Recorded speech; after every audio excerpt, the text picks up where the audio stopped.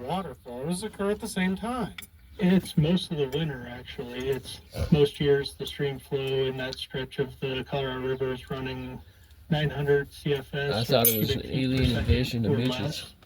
And the power plant can divert up to 1,408 CFS. That's the Shoshone Hydroelectric Plant in Glenwood Canyon, one of the oldest water rights on the Colorado River. It essentially makes the water take the long way around, from a diversion dam near the Hanging Lake Tunnel through the hydro facility before being dumped back into the river to continue its journey west. Know where and when to look, and you can see the river levels plummet momentarily. There are a couple small minor tributaries that come in between the diversion dam and the returns from the powerhouse. But it's a small trickle at times during the year.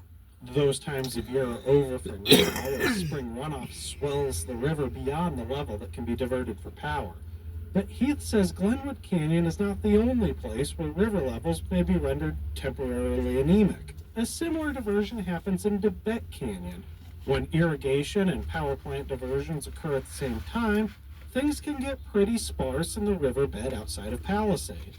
Plateau Creek comes in just below there, so that may be the sum of the total flows in the Colorado River between the roller dam and where GVIC's power plant returns the water to the stream.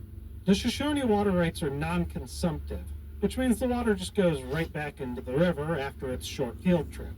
In fact, because the rights are so senior, they've provided not only power, but continued flows for downstream users.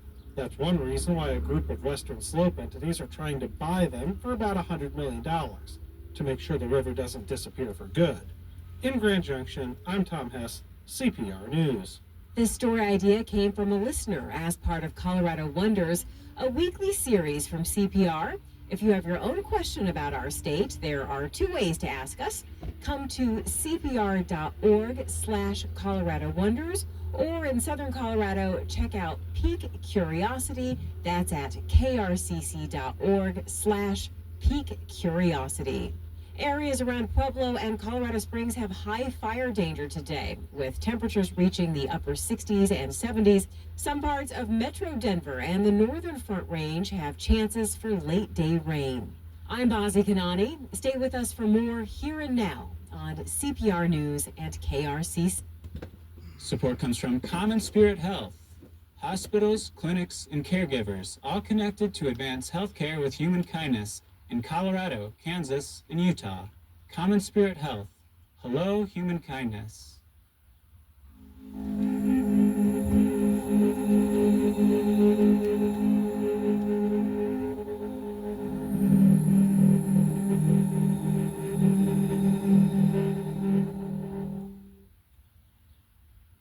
Support comes from the University of Colorado Anschutz Medical Campus, where care providers, researchers, and patients work together to bring their dreams to life. More at cuanschutz.edu. Sean, there are so many daily news shows out there. I know, sometimes they all sound kind of samey. And that's why we work hard every day to sound different. Don't believe us? Give it a listen. Today Explained from Vox, hosted by me, Noel King. And me, Sean Ramesfrum. Join us. Join us for Today Explained from 12:30 to 1 on CPR News and KRCC.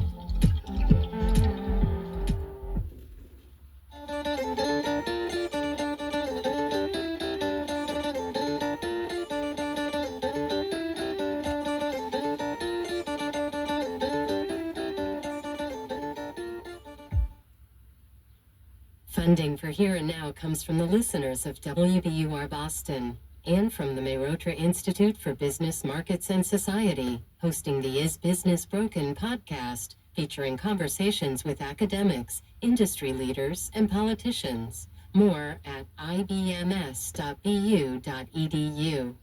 And BetterHelp, committed to helping clients with issues ranging from relationship challenges and goal setting to grief and depression. Learn more at betterhelp.com/public. From NPR and WBUR, I'm Deepa Fernandez in Alameda, California. I'm Scott Tong in Washington, D.C. This is Here and Now. You may have noticed the news has been really stressful lately. tariff talk, high grocery prices, political discord. You may want to turn to a good book, perhaps, to give you some perspective, maybe to escape, maybe to process the moment we're in. Let's talk to someone who has thoughts and suggestions on all this. Tracy Thomas of The Stacks is back with us. Tracy, welcome back. Thanks for having me. You know, I think a lot of Americans, whatever their politics, see this as a tumultuous moment. A lot of norms are being shattered, a lot of change, uncertainty being thrust upon us. If you're feeling the same thing, Tracy, what books are you turning to? I am definitely feeling the same thing, for sure. I think what I have found has been most comforting to me is turning to some of the greats. I recently read Lucille Clifton's poetry collection, Blessing the Boats, and she is an icon in the poetry world, and her words have sort of felt soothing and maybe reminded me that we've been here before in certain ways. I also, of course, am always going to turn to Toni Morrison in times of uncertainty or anxiousness. So that's sort of my go-to, is trying to find wisdom from the literary wise. Yeah, and just curious with Toni Morrison, is there one particular Toni Morrison title that you find particularly relevant right now? There's not one title, but I did recently read, she gave a speech on goodness at Harvard's Divinity School.